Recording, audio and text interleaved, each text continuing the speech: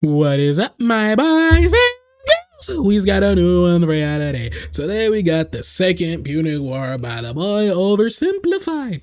Now, to give y'all a quick rundown of what happened last time, it has been a minute.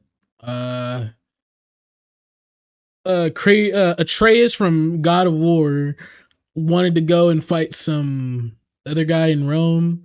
So he had to go like past the Arctic tundra, met that squirrel from Ice Age, and lost like 100,000 men during that process. So I think he was like just forcibly recruiting people down near Rome, if I remember.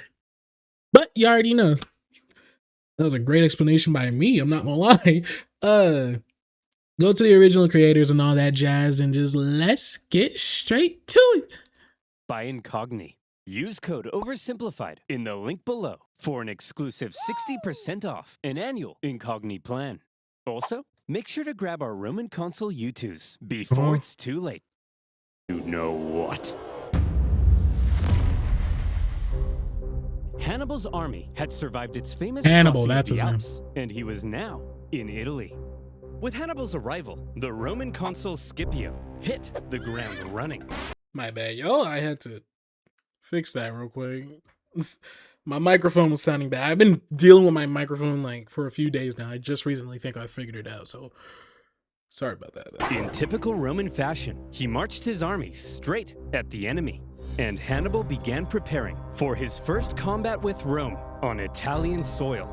Before the battle, Hannibal wanted to inspire his men, so he staged a gladiatorial death match between captured Celt prisoners, with the winner getting prizes and freedom. He then explained that the whole thing was a metaphor. A metaphor? For what? You! These warriors are you! You're trapped in Italy with no escape. Your only choice now is to fight and win. What about the dead guy? That's you if you don't win. And the prizes? That's what you stand to gain by winning. And the fact that I've soiled myself in all this excitement? No, that's not part of the metaphor. Nah, bro, that's just you, gang. You know, there's probably somebody out there who did say that, who's opened up a little too much in the. Okay. Hannibal also smashed in the head of a goat. Again, for inspiration. Scipio, on the other hand, now... I'm at work. All right, team. So we got a way of encouraging y'all to work better and harder. I see a live goat fucking heading over there. I'm freaking the fuck out. Just crushes the whole goat. In the area, opted for the more classic route of a rousing pre-battle speech. Look at them, men. Weak, starved by the Alps, while we are the strongest military in the world. This will be easy, like 10,000 horse-sized ducks fighting a baby-sized baby. It'll be like Mike Tyson in his prime, kicking a baby. A tug of war between 10 sumo wrestlers and a... Help me out here, Ralph. A baby, sir? Yes, that's it. A baby. The point is, there is absolutely no possible way we could lose a battle this easy. So, if everybody's ready, on my mark,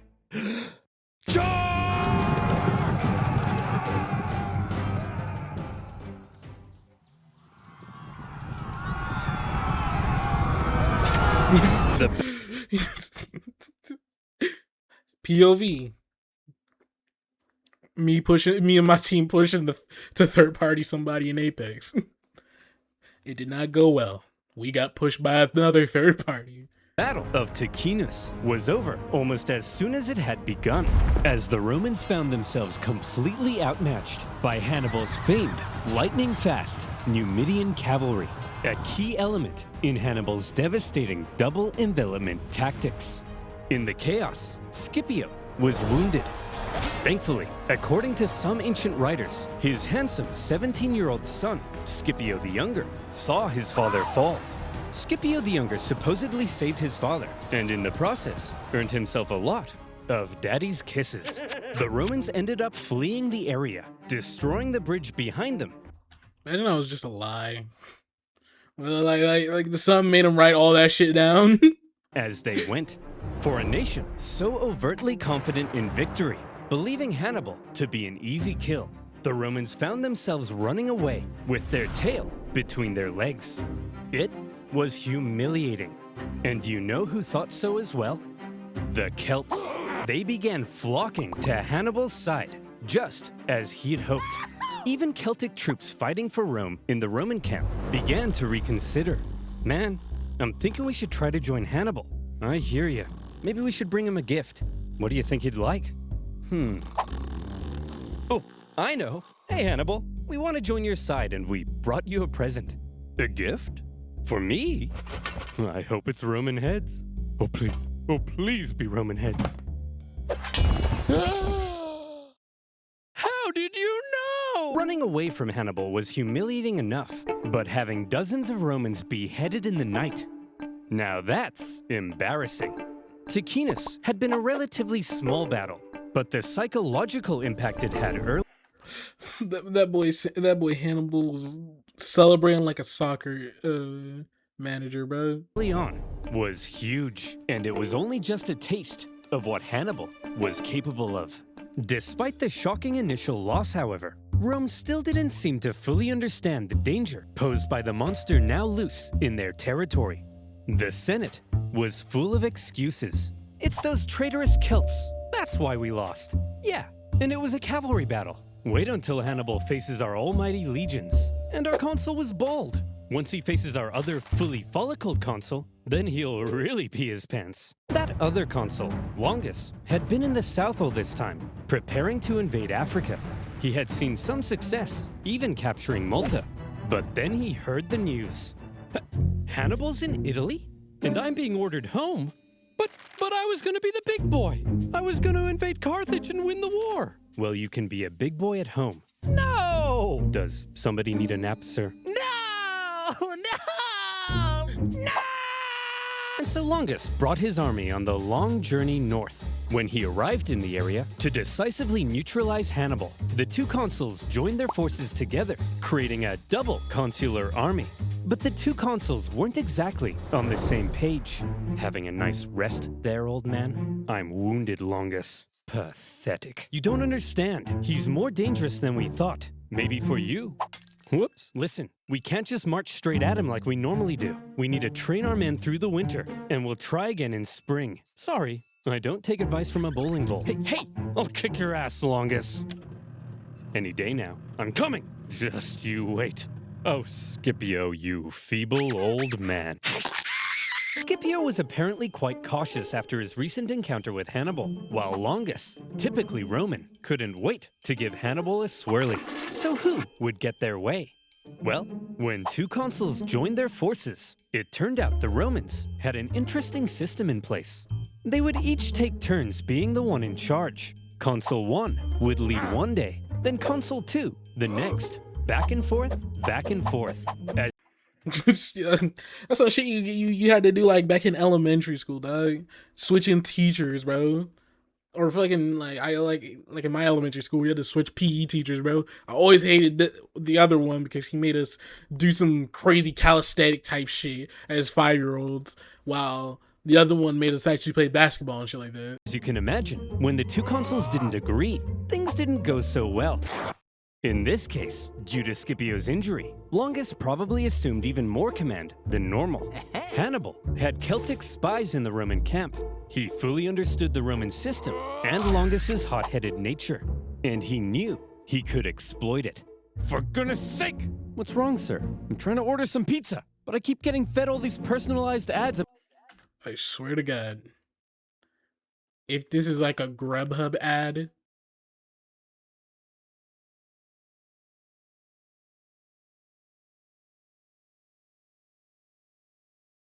about being a hothead. I'm not a hothead, am I? No, sir. Look at this. Butt insurance? Who would buy butt insurance? Yeah, that sounds really stupid. Sir, it seems...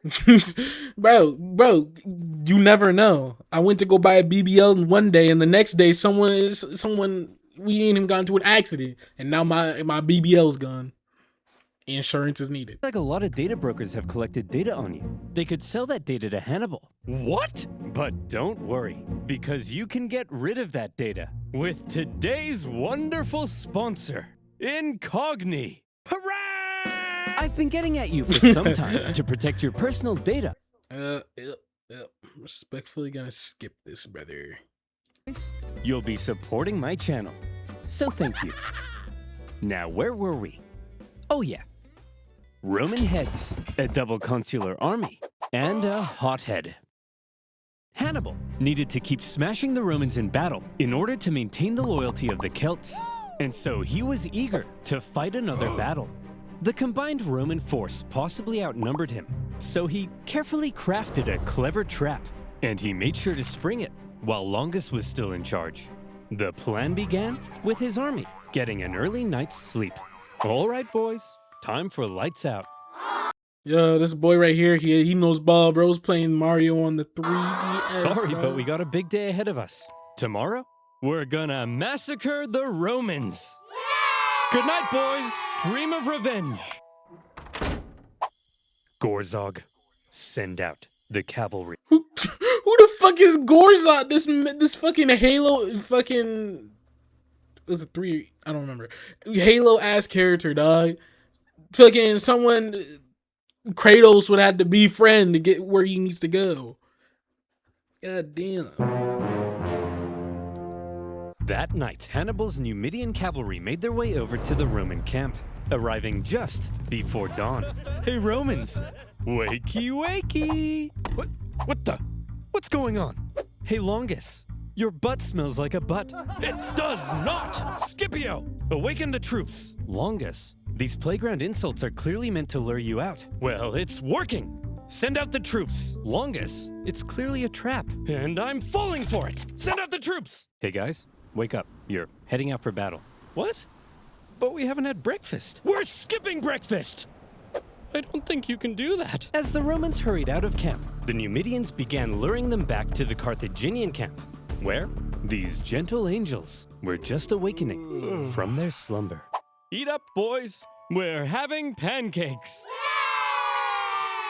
While the Carthaginians were enjoying their hearty breakfast, the starving Romans were still on their way. Hurry up! We have to catch those Numidians. Hey, why have you stopped marching? Longus, there's a freezing river in front of us. Well, get your gluteus maximus in the water! All right, boys, time to lather up. This oil will insulate you. Oh, hell no, you got me fucked up. This nigga's the next Diddy. Hannibal might be related to fucking R. Kelly, bro. Diddy, whatever the fuck his name is, dog. I know those are two different people. Oh my god, no. Fuck you mean lather you up with this oil? Freaky ass fucking general, From the dog. cold, it also smells like lavender. There's the Carthaginian camp. Get ready to fight, men. Sir, I think the water from the river is beginning to ice over. I can't move. Oh, I'm sorry. You thought war would be fun? Sitting around a nice hot campfire playing Truth or Dare with your friends? Welcome to the real world! Truth, who do you like? Sharon? Ew!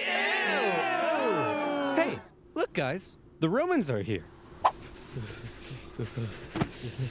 Having perfectly orchestrated events so that his enemy was cold, tired, and hungry, while his men were well rested and covered in oil. When the two sides engaged one another, the Romans were in no condition to fight.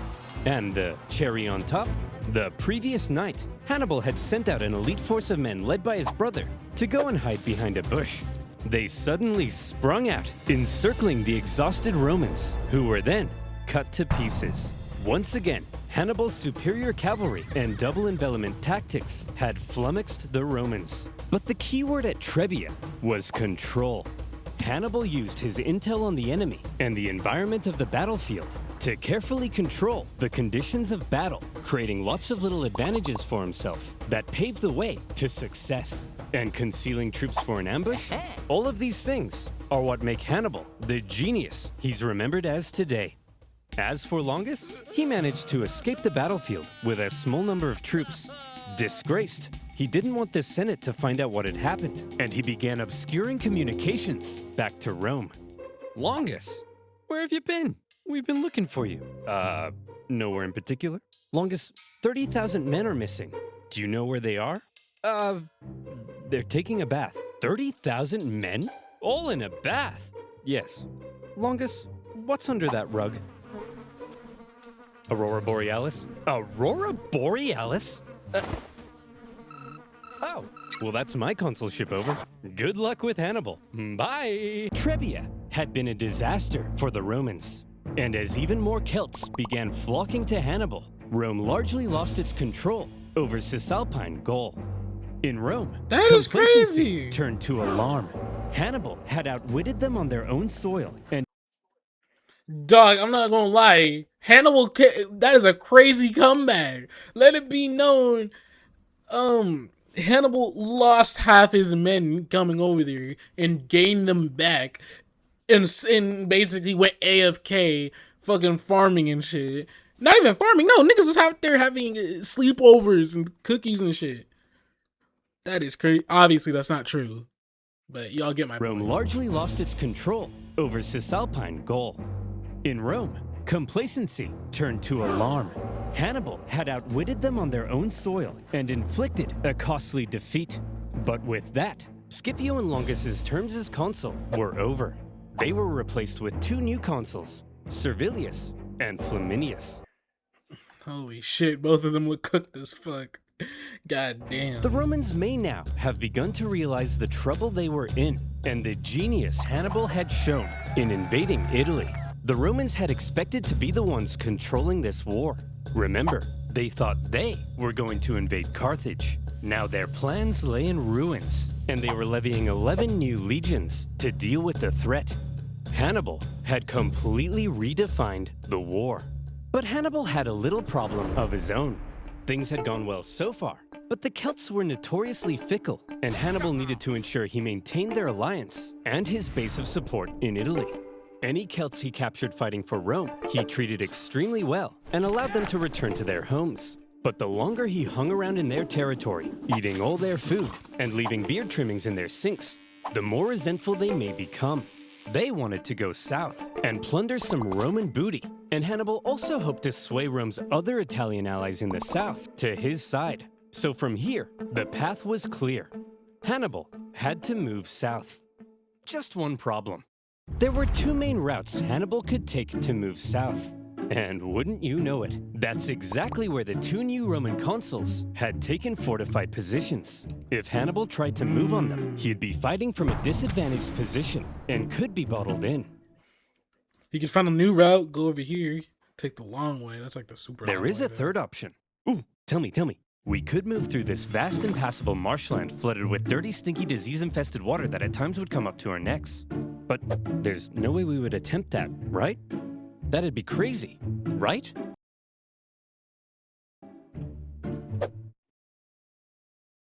Hannibal? Hannibal's 4-day trek across the Arno marshlands was hell on earth.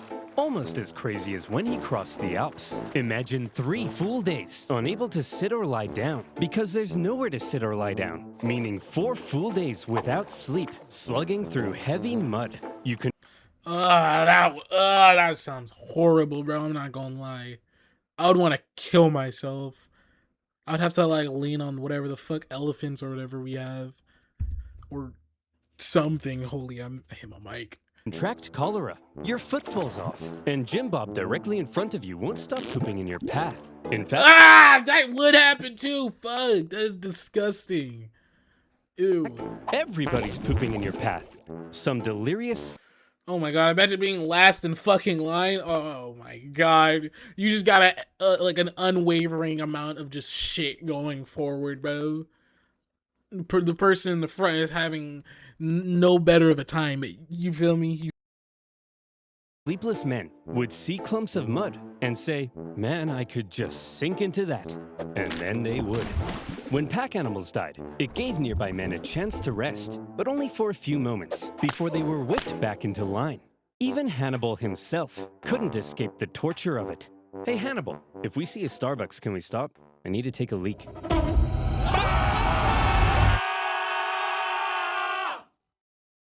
What? Geez, Hannibal, looks like you picked up a nasty eye infection. Normally for this sort of thing, we just wash it out with some clean water. But as you can see, water everywhere, but it's full of Jim Bob's poop. No worries, Dog. Yeah, I'm gonna need I'll to just stop take doing care of it that. myself. That'll be $3,000. When the now possibly one-eyed Hannibal and his army emerged from the swamp, they were shattered. But he had just managed to slip 50,000 men right past the Romans into rich Etrurian lands, where he could replenish his supplies, and his Celt allies could go crazy, securing Roman loot and booty. As fields and villages went up in flames, one Roman consul couldn't help but notice. The hot-headed Flaminius, feeling it was his responsibility to protect these lands, rather than waiting for his co-consul to come join him, immediately left to go chase Hannibal. Now, this Flaminius was an interesting character. He was what the Romans called a new man. He came from the lower plebeian classes of Roman society, and as a result, he reportedly had kind of a screw-you attitude to the establishment, and a big old arrogant chip on his shoulder. Picture Sid Vicious wearing a toga. That's Flaminius. And Hannibal, thanks to his spies, knew everything. Just as with Longus, Hannibal knew Flaminius was just the kind of man he could lure into a trap. Hannibal led Flaminius to the entrance of a narrow pass along the north shore of Lake Trasimene. Flaminius watched as Hannibal's army entered the pass.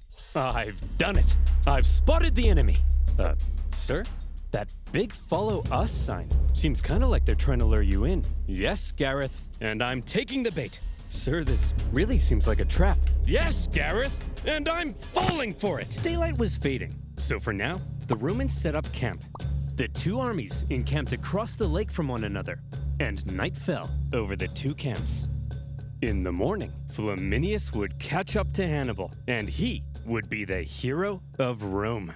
For now, the Romans got nice and comfy in their beds. Good night, Flaminius. Good night, Rome. Good evening, Hannibal.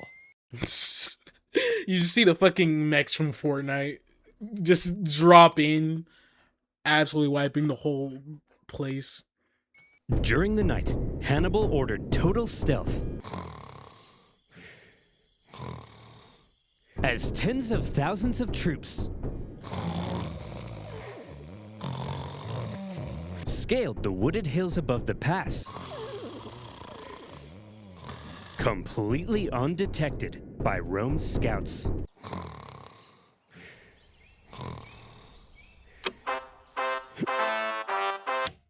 Let's go, girls. Flaminius took off across the lake shore to try to catch Hannibal.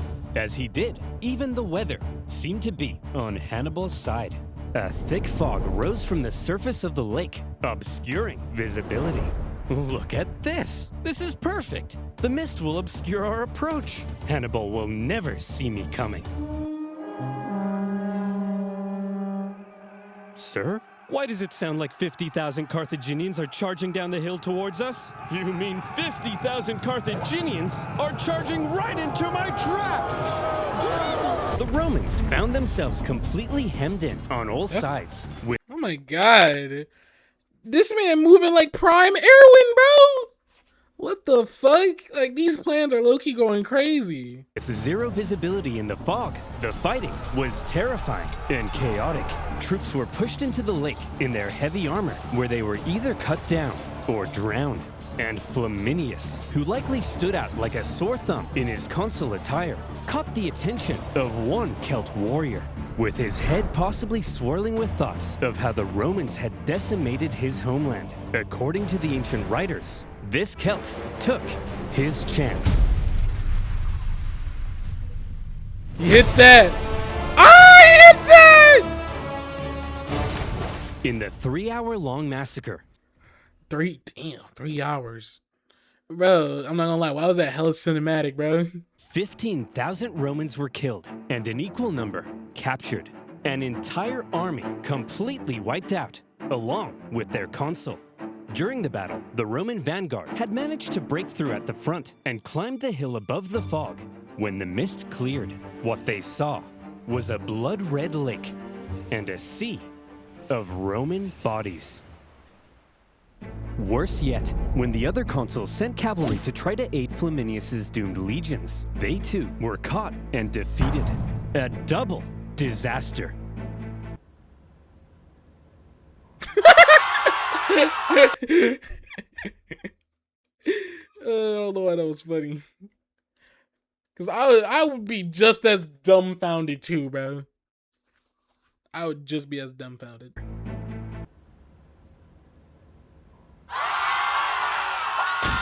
Rome went into a frenzy. For the second time, Hannibal had completely decimated an entire Roman army.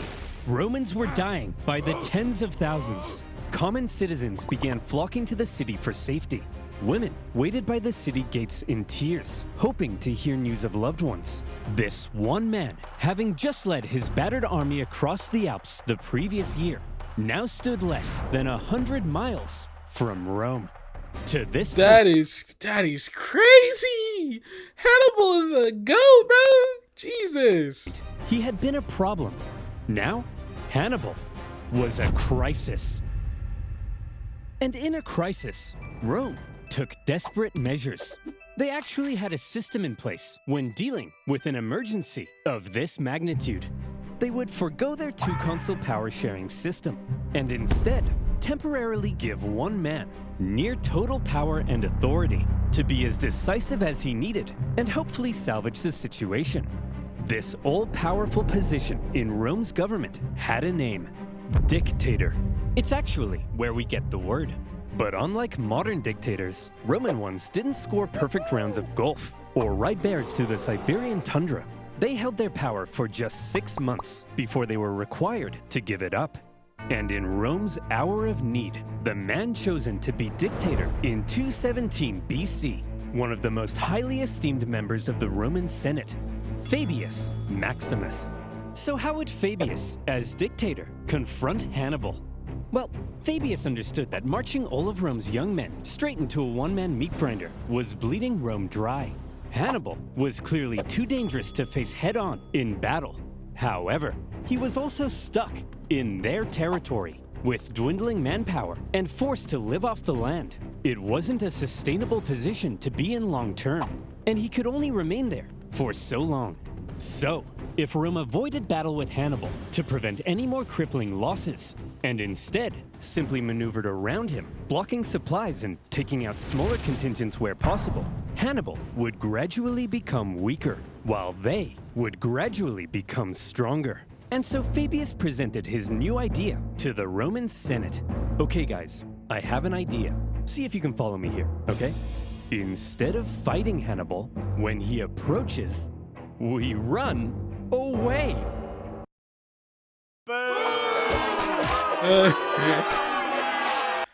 I mean, how is that gonna help anything? And or like, I get what you're trying to say, but it's like, if you know, like, I want to say I know that they want to get him at his lowest, but they don't know if if his men are still like dwindling. You feel me? I get what he's trying to do, but it's not the right move. Fabius's strategy couldn't have been any less Roman. Romans were meant to march headfirst into battle, not run away from it. It seemed cowardly, and Fabius was extremely unpopular. At this point, Hannibal was continuing south. He had to stay on the move to keep his army fed, and he was still aiming to undermine Rome's alliances in the south. As he went, in a calculated display of aggression, he devastated the Roman countryside and killed many Romans, all in plain sight of Fabius and his army. We're just gonna stand here? Yes. Are you a coward? No. But Fabius, that's my farm. Well, MacDonald, thank you for your sacrifice. You're a hero now. Think of the stories you'll tell. Old MacDonald had a farm. Shut up. But you know who else hated Fabius's strategy? Hannibal. He understood the danger he was in. Turning Rome's allies against her required Hannibal to keep smashing the Romans in battle. He couldn't do that if Fabius wouldn't fight him. Multiple times, Hannibal tried to goad Fabius into a fight, but Fabius wouldn't bite. Failing that, he tried to turn Rome against Fabius. According to the writer Livy, he burned down all the farms he could, but any farm he learned was owned by Fabius himself. He left well alone. Hey Fabius, why isn't he burning down your farm? You got some sort of a secret deal with him? What? Of course not. Hey Hannibal! What? Burn my farm too, please! What? Burn my farm too, please! No! Remember our secret deal! Well, you gotta admit, he's a genius. Hannibal's problem, however, was that he had to stay on the move to keep supplying his army from the local lands. At one point, he entered Campania, one of the richest regions of Italy. So this man, if Fabius was just being a bitch the whole time, I'm not gonna lie, I'd be just as mad. Like, y'all were taking the bait so many times before, but now all of a sudden y'all can't? And it's because you a bitch? Because you don't want to fight me? Great for resupplying, and great for showing up Fabius in front of Rome's South Italian allies. But he was caught in a valley, and Fabius quickly moved to block his escapes. Haha! We've got him! After he's used up all the valley's supplies, he'll starve. Sir? What are all those lights leaving the valley? Is he trying to escape? Lights in plain view. Well, that's a trap if I've ever seen one. And we're falling for it! Suspecting a trap, Fabius refused to budge. But other Romans in the valley rushed to confront Hannibal, only to find the Carthaginian army was actually just a herd of oxen with torches tied to their heads. They then found themselves caught in an ambush.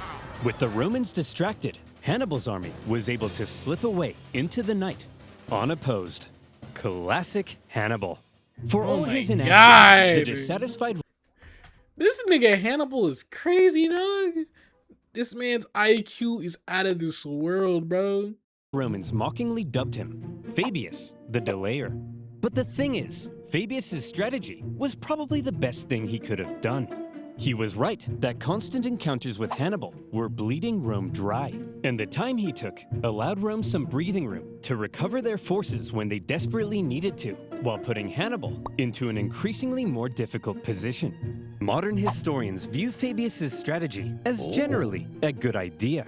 To this day, the act of not engaging an enemy, but instead gradually wearing them down, is still referred to as the Fabian strategy.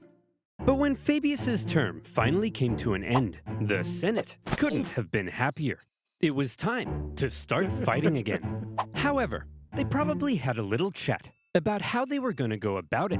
See, Hannibal's tactics up until now had been very sneaky, or, if you're a Roman, you might say dishonorable. I'm sick of it! Every time we try to take this guy down, we march straight at him. But then, oh no, Hannibal's hiding in a bush. Hannibal's got 30,000 men up a tree. At this point, I'm not convinced my wife isn't just Hannibal wearing a disguise. Cooey. Look, this time, we obviously have to switch something up. Now granted, we're Roman, so we're gonna march straight at him without thinking. That can't be helped. It's in our blood. But I have a proposition. This time, when we march straight at him, we do it with a massive army. I'm talking like 80,000 men. It won't matter what kind of shenanigans he pulls. He can hide in all the bushes he wants. There's no way he can possibly beat off 80,000 men. You know, it sounds good. You know, I believe in you. I think you guys are actually going to win that. That sounds like a go-to strategy that will work out perfectly. Grow up! You know what I mean? And so it was. With 2 new consuls, Rome put together a massive army, the biggest Rome had ever fielded, to put Hannibal away once and for all. To gather the men required, 2/3 of them ended up being completely inexperienced. But how much experience does it take to be expendable war fodder? As this massive army set out in the summer of 216 BC, the Romans knew they needed to win this battle. Just one victory over Hannibal would likely be enough to end his entire campaign. And this time, their overwhelming manpower gave them confidence they could do it. Hannibal had taken position at the town of Cannae, where he had captured an important Roman supply depot. With Fabius gone, Hannibal knew a battle was likely coming, and he was eager to fight it on his terms. But when his men looked out at the Roman camp, they couldn't believe what they were seeing. That army's huge! There's no way we can possibly beat off all these men. How are we gonna beat off all of these men? You know what I mean. I think he's right, Hannibal. Hannibal is then said to have replied, Gisco, my friend, don't worry. There may be a lot of them, but amongst their ranks, there's not a single man named Gisco.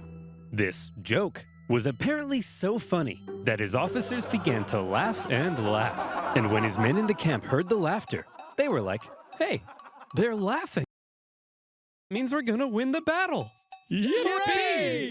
As for the Romans, the consuls were another pairing between an inexperienced hothead and a wise scholar. Although the main historian from this era was good friends with Paulus's family, so take that with a grain of salt. On his day of command, the rash and hasty Varro, despite the apparent pleas from Paulus, sent the army out for battle. And when Hannibal saw this, he did the same. And here comes the single largest battle of the Second Punic War, and one of the most renowned battles in history, the infamous Battle of Cannae. In all the pre-battle maneuvering, Hannibal was able to ensure his army was fighting from the south. This meant the seasonal dust-carrying winds were to his back and blowing directly into the faces of the Romans. Like I said, control. After 2 years in Italy, Hannibal's infantry had dwindled to about 40,000. The Romans possibly outnumbered him 2 to 1. Their army was so big that their maniples stretched far deeper than they normally would. The Romans planned to charge Hannibal's thin, weak line like a battering ram and break it. They also chose a narrow battlefield in the hopes it would prevent Hannibal's far superior cavalry from being able to outmaneuver them. They wanted an honorable battle where pure strength rather than trickery would decide the outcome. If Hannibal had his say, however, trickery might end up having a lot to do with it. He ordered his line to position themselves as an outward bulge, with his weakest troops at the very center. Just behind them, out of sight from the Romans, stood the elite Libyan infantry, waiting for their moment to strike. The battle commenced as the massive Roman troops smashed into the Carthaginian center. The shape of Hannibal's line ensured the overwhelming weight of the Romans hit his weakest troops first, and they were pushed back. Hannibal's outward bulge reversed inward, with the Romans being funneled in towards the weak center. Hannibal had positioned himself at the center to encourage the troops to hold out as long as possible against the Roman onslaught, because while the Romans were unleashing carnage on the center, Hannibal's cavalry needed time to do their job. The heavy cavalry on the left, after a barbaric fight, sent the Roman horse packing, with the consul Paulus even sustaining a severe head injury. He managed to move into the center to keep the battle going. Then, the heavy cavalry turned and approached Varro's cavalry from behind. At the first sight of the coming Carthaginian envelopment, Varro ordered his horsemen to flee the battlefield. The Carthaginians had won the cavalry battle. But back in the center, according to some accounts, Hannibal's line did eventually end up caving to the massive weight of the Romans, and they began to flee. The Romans pushed deeper, and organization within the army likely broke down as they became a giant mass, trying to massacre the fleeing Carthaginians. They didn't realize that they were playing right into Hannibal's hands. At that moment, Hannibal's elite units, having done no fighting yet, and therefore fresh as a daisy, turned and smashed into the Roman sides. Many of these troops were wearing Roman helmets and armor they had picked up after previous battles, and the confused Romans may not have even realized they were the enemy. As Hannibal managed to regain the composure of his center and encourage them back into the fight, the Carthaginian cavalry swooped in from behind. And look at what lies before you. They boxed them in, that's crazy! General's wet dream. The total encirclement of a much larger force by a much smaller force. The Romans were trapped. Hannibal had unbelievably managed to use their own superiority in numbers against them. Rather than simply encircling them, he had actually allowed them to use their own immense power and push themselves into an encircled position. This was the genius of Cannae. Oh my god, my boy Hannibal out here playing 4D checkers and chess, bro. Holy. And with that, the annihilation. Hold on, I'm not gonna lie, that might be thumbnail.